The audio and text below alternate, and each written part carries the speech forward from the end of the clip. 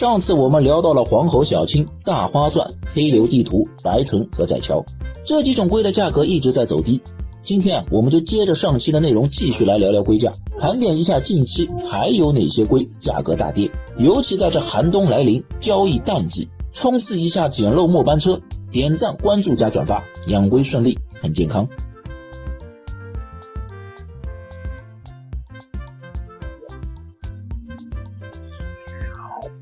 说到金钱龟啊，喜欢半水龟的朋友们都觉得不陌生吧？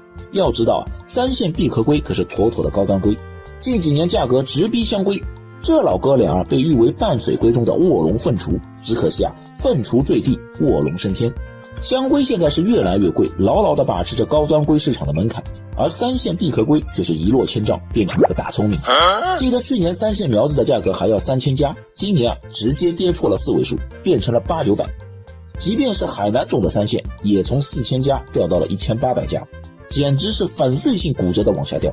虽说小豹对这种龟没啥兴趣，但是就冲他这么有诚意的勾引我入局，我也就勉为其难的蹲个点吧。说不定哪天啊，我就开始养三线了，大家就拭目以待吧。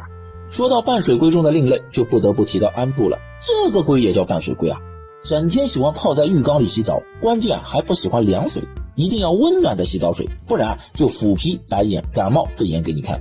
想养它们啊，得加温棒好好伺候着。安布啊本身就不算贵，近期啊尤其便宜。记得上半年黑安、灰安的苗子还要200加，现在啊直接跌到了120，而略贵一点的现安布也从300-400跌到了200加。虽说安布长得不算艳丽，耐寒能力也拉垮，但是只要加热设备齐全，这小鼠标一般的小圆背也是有一番趣味的。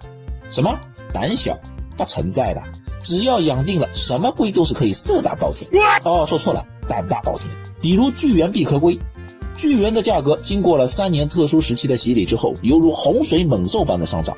记得就在今年年初啊，还有龟友拿着一只1200块的巨源问我怎么样，1200大洋啊，开玩笑，这个龟以前啊都是300-400的好吗？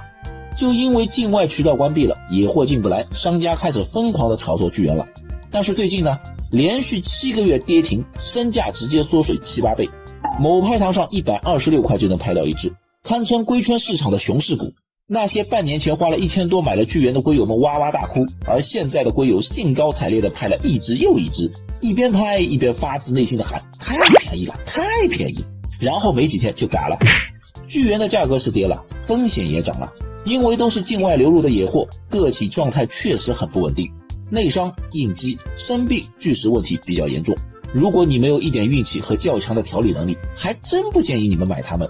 小豹对变异龟不怎么了解，因为太高端了，咱买不起，也就眼不见为净了。可当我看到白化巴西龟现在的价格时，我瞬间又觉得自己行了。这个曾经风靡龟圈的变异龟，是无数养龟人追求的目标。记得几年前还要大几千，现在啊跌到了120。错了，那是年初的价格，现在只要70块。你没有听错，就是70块。而另一种惊艳的变异巴西龟焦糖也抵不住变异家族的颓势，跟着下跌，从年初的500-600跌到了300加。也难怪小豹虽然对巴西脸苦手，但是这2种变异巴西龟咬着牙也要收啊。那有朋友就问了，怎么不入只黑巴呢？这个也便宜了呀。黑巴，怪了，他们竟然涨价了。涨价了，那就再晾它一会儿，就看它还能坚持多久吧。我是小豹，我们下期再见啦。